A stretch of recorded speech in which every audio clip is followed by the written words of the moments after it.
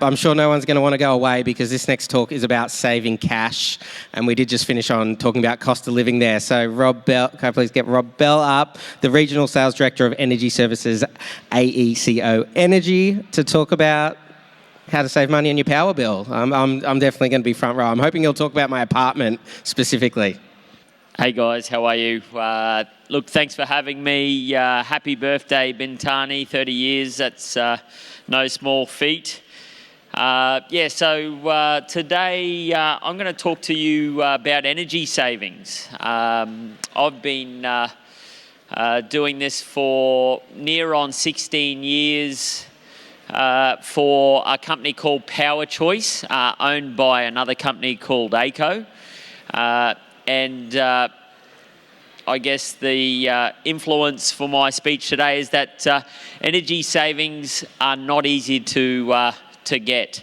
It's an ever-moving sort of goalpost caused by retailers, caused by networks, caused by regulation and policies and procedures. And I guess if I can give you some tips today, hopefully I might end up with some cheaper beer, so that'll be good for me. I get the feel from the crowd today that this is a pretty chill sort of vibe, so I'm gonna skip right through this. It's one of the better conferences that I've got to talk at, and it's one of the better conferences that I've got to attend. I've already had 3 beers, so that's a good conference if you ask me. So let's be honest, energy savings are tough. Tariffs are changing. The time of peak and off peak is totally out of whack. Contracts are confusing, and the rules and policies keep changing. So if I can give you some tips today, I will. First of all, I think the one thing that's going to keep on happening is change, and it's going to happen at a lot faster rate. The energy market is in a real mess at the moment. We have 2 or 3 pricing timing structures called peak, off-peak and shoulder. When would you think the most expensive time to use power would be? Peak, yeah, of course. It's absolutely not.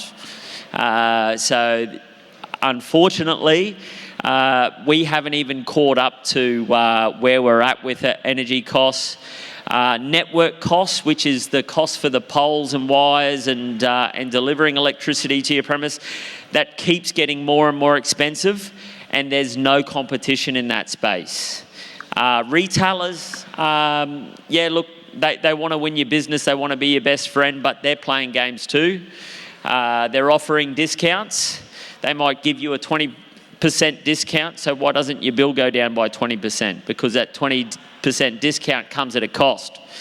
We'll give you 20% off your rates if you agree to pay $5 more a day on your bill. So there's all sorts of hidden costs, all sorts of hidden daily fees, and you need to be on top of it. Electricity is becoming one of the things that you need help with.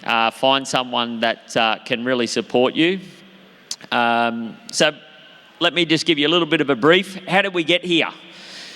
We had deregulation happen in the 90s and early 2000s, and they did it to create more competition, cheaper energy prices. Since then, has anyone's bills gone down here? No, I don't think so. Competition, yes, but definitely not cheaper prices.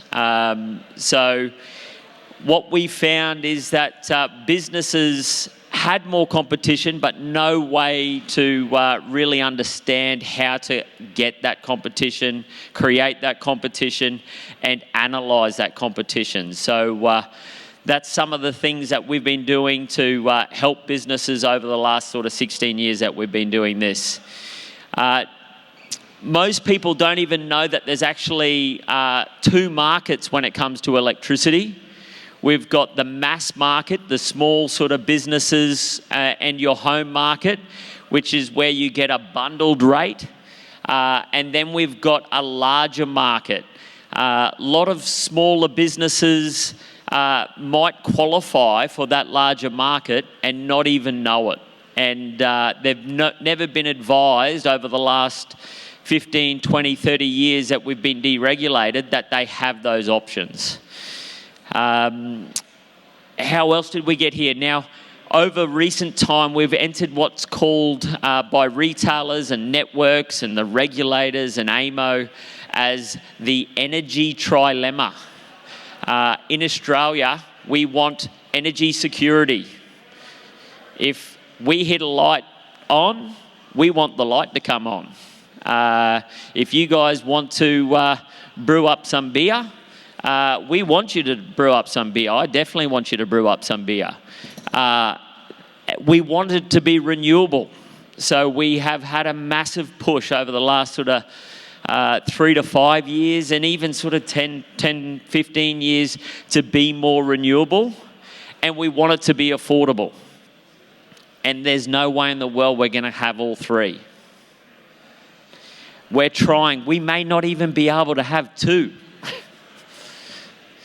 So what are we going to do? Energy savings are getting tough. We've got a huge country. We've got a low population. And we've got really, really high expectations. Expectations on the quality of power that we get. Expectations on where we get where we get that power from. And when we're going to be net zero and those sorts of things. So the result being, it's going to be some confusing times. It's going to be very complex, and it's going to be, we think there's going to be some higher costs coming. I don't know where those costs are coming from, but it could be higher energy prices, or it could be cheaper energy prices and higher network prices, but the price won't get cheaper, and the key will be just to stay ahead of it and find someone that can help you stay ahead of that. So I added this into the slide last minute. Do we go green? So a lot of you guys are sort of boutique brewers and larger brewers, and I'm sure you've asked the question, should I be going green? And if so, when should I be going green? Most people consider going green a cost. Not many people realise that it can actually make you money, get you more customers, and help you recruit and those sorts of things. So definitely something that everyone should be considering now. Even if they're not, if they don't consider it now, they can definitely do it in the future. So be proactive about green. Have a strategy. Get some long-term plans, and find out when you're going to begin that path, because green is coming. We're too far down the path now. And I guess for you guys, why this early adoption matters. The sooner you go green, the better brand reputation that you're going to get. You're going to get more customers. That's actually supposed to say attracting the right staff, and I realise that after the fact. But and getting more customers, staying ahead of regulation, and being ready. So when you are forced to go green, and I'm sure it's going to happen at some point in the future, there's going to be a very big demand for all green products, and the prices at that point when everybody's forced is going to be high. So the sooner you can adopt that, the better. So my sort of final advice for going green is they're coming. Regulations are going to follow. Have a plan and use it to your advantage. So what can you actually do about getting cheaper power? You can't control the market, but you can control your approach. So I'm going to give you 5 tips now on how you might be able to get cheaper power now or in the future. My first tip is don't go at it alone. Find yourself a broker, find yourself a consultant, or find yourself an expert that knows the game. I'm not talking about a solar provider that's trying to sell you solar. We're not trying to... someone that knows how retailers work, someone that knows the difference between a small and large market, that can create some competition, and someone that's just going to be in your corner when it comes to energy. Know your options. Most people, the biggest cost that I see is that they've just got no idea what market they're in, how they use power, when they use power, and all the options that are available. I typically speak to a customer on a regular basis for the first time, and I'll say, how many retailers are you going to at any given time? And they'll say, oh, I thought there was only 2 or 3. There's over 28 retailers operating in most states in Australia. And they all prefer different types of customers at different times, and you need to make sure that when you go to market, you're speaking to all of them. There's also new tariffs that are coming up every single year on the 1st of July, which can suit your energy profile. So you need to be reviewing everything on a regular basis and checking those options. The next one's the obvious one, obviously. Try and cut your electricity. Review your operations. Upgrade your equipment. Old equipment uses lots of power. Every single new aircon, every single new fridge, every single new cold room is built in efficiencies that uses a hell of a lot less power. So if you can upgrade your equipment, do it. It will pay itself off.